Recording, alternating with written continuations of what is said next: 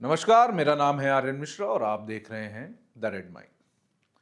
54,000 करोड़ रुपए, यह आंकड़ा याद रखिएगा। गोवा, सिक्किम, त्रिपुरा, मिजोरम, मणिपुर, नागालैंड, मेघालय, अरुणाचल प्रदेश और पुडुचेरी, इनके जैसे भारत के 9 राज्यों के पूरे साल का बजट इस राशि से कम होता है। यहां तक कि हिमाचल प्रदेश का बजट भी इससे महज 4,000 करोड़ रुपए ज्यादा है। लेकिन यह आंकड़ा हम आपको किसी सरकारी बजट पर चर्चा के लिए नहीं बता रहे हैं। यह 54,000 करोड़ रुपए वो रकम है जो भारत की आम जनता डिजिटल फ्रॉड्स में गंवा चुकी है। सोमवार 9 फरवरी को सुप्रीम कोर्ट ने एक ऐसी टिप्पणी की है जिसने केंद्र सरकार से लेकर देश की सुरक्षा एजेंसियों तक को हिलाकर रख दिया है। अदालत ने इसे महज ठगी नहीं बल्कि शुद्ध डकैती यानी एब्सोल्यूट रॉबरी करार दिया है। मामला है देश में तेजी से बढ़ते डिजिटल फ्रॉड्स और जनता के खून पसीने की इस भारी भरकम कमाई की हेराफेरी का। देश की सबसे बड़ी अदालत में एक जनहित याचिका पर सुनवाई हुई। जस्टिस एम सुंदरेश और जस्टिस अरविंद कुमार की पीठ ने जब डिजिटल धोखाधड़ी के आंकड़े देखे तो वो दंग रह गए। कोर्ट ने सख्त लहजे में कहा, यह कोई सामान्य चोरी नहीं है। सरकार से सीधा सवाल पूछा गया, आखिर आम आदमी का पैसा इतनी आसानी से कैसे उड़ाया जा रहा है? 54,000 करोड़ की गणित, आखिर यह पैसा गया कहां? यह कोई मामूली रकम नहीं है। सुप्रीम कोर्ट में दी गई जानकारी के मुताबिक यह पैसा केवल आपके खातों से निकला ही नहीं, बल्कि इसे सिफनिंग के जरिए यानी चालाकी से रास्तों को बदलकर देश के बाहर अवैध नेटवर्क्स में भेज दिया गया। रिपोर्ट्स बताती हैं कि यह खेल 3 तरह से खेला गया। इन्वेस्टमेंट स्कैम, लोगों को छोटे मोटे टास्क पूरे करने या ऊंचे या ज्यादा रिटर्न्स का लालच देकर उनसे हजारों करोड़ ठगे गए।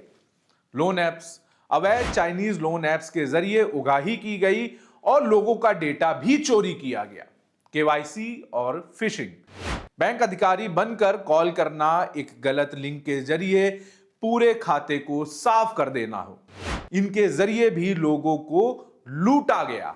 सबसे डरावनी बात यह है कि इस पैसे का एक बड़ा हिस्सा क्रिप्टो करेंसी या अवैध मनी लॉन्ड्रिंग के जरिए विदेश भेजा जा रहा है, जिसे ट्रैक करना नामुमकिन होता जा रहा है।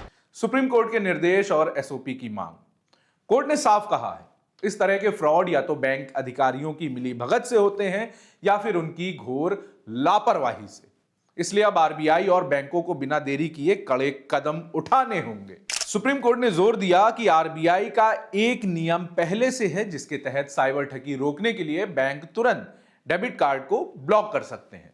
कोर्ट ने गृह मंत्रालय को आदेश दिया है कि वह दूर संचार विभाग के नियमों की जांच करे और अगले 4 हफ्तों के भीतर एक ऐसा एमओयू यानी एग्रीमेंट तैयार करें जिससे इन अपराधों पर लगाम कसी जा सके। आज जब भी किसी के साथ फ्रॉड होता है तो पीड़ित पुलिस, साइबर सेल और बैंक के बीच फुटबॉल बन जाता है। उसे समझ नहीं आता कि किधर जाए। सुप्रीम कोर्ट चाहता है कि एक ऐसा सिस्टम हो जिसमें शिकायत होते ही पैसा तुरंत फ्रीज हो जाए, अलग अलग राज्यों की पुलिस के बीच तालमेल हो ताकि बैंक की सीधे जिम्मेदारी तय की जा सके। इसी के साथ कोर्ट ने सीबीआई को आदेश भी दिया है कि वह डिजिटल अरेस्ट यानी जिसमें डरा धमकाकर लोगों को ऑनलाइन कैद रखा जाता है और उनसे पैसे हड़पे जाते हैं, ऐसे मामलों की पहचान करे। दिल्ली, गुजरात सरकार को निर्देश दिए गए हैं कि वे सीबीआई को इन मामलों की जांच के लिए तुरंत कानूनी मंजूरी दें।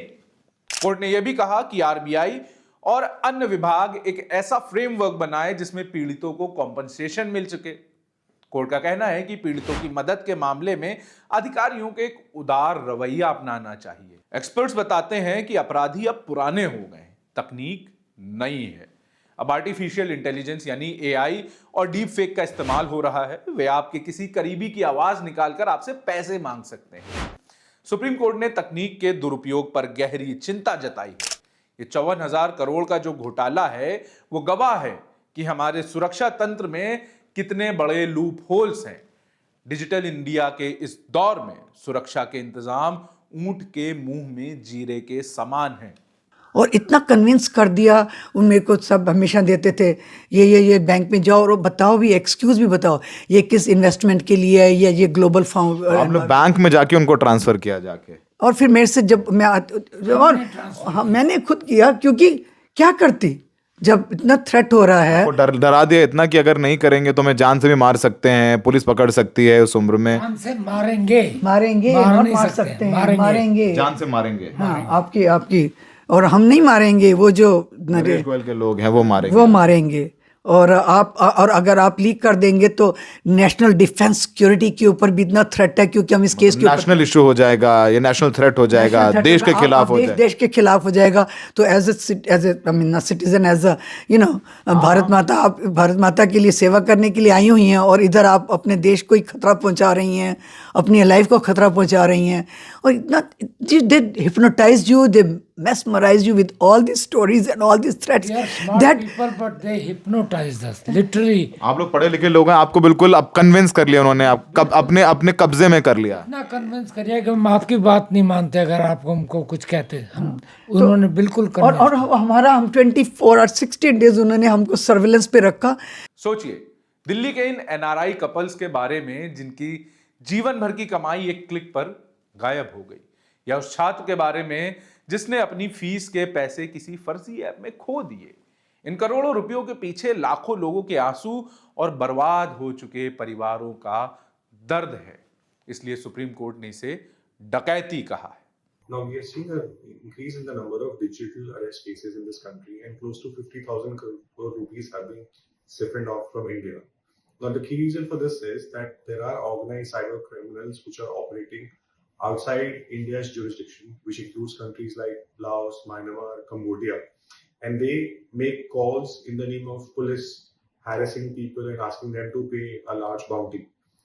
Key reason people get duped is because they don't know about their laws, they don't understand the Bharatiya Nyaya Sanhita or the Indian IT Act, and they end up paying money.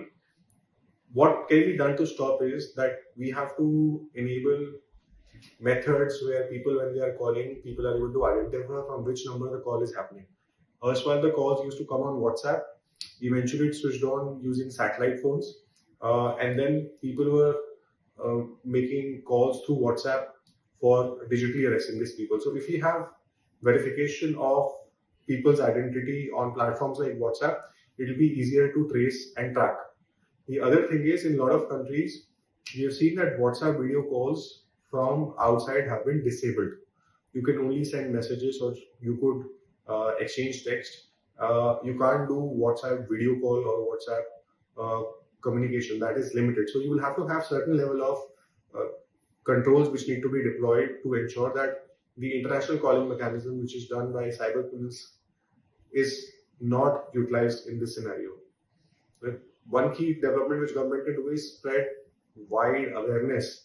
There is nothing called as digital arrest, and if anyone is being digitally arrested, there should be a helpline which they can contact, and the local police of that state has to take the initiative of spreading the message to the people who are there that there's nothing called as digital arrest, and if they have been calling, they could contact a specific helpline which is there.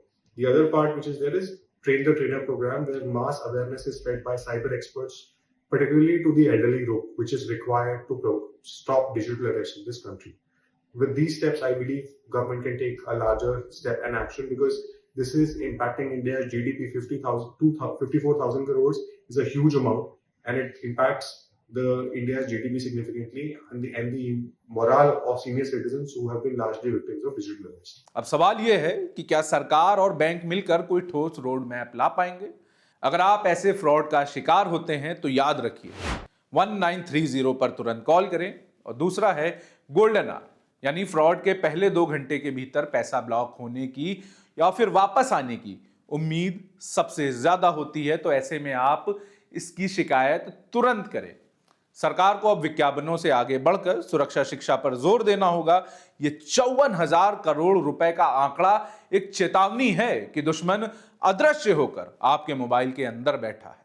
Supreme court की सख्ती ने नई उम्मीद जगाई है, लेकिन याद रखिए, आपकी सुरक्षा आपके हाथ में है। कम समय में अमीर बनने के लालच से बचें और अपने OTP को कभी भी किसी से शेयर ना करें। इस रिपोर्ट पर आपकी क्या राय है? क्या आपको लगता है कि बैंकों को इस नुकसान की भरपाई करनी चाहिए? कमेंट बॉक्स में जरूर बताएं। देखते रहिए द रेड माइंड।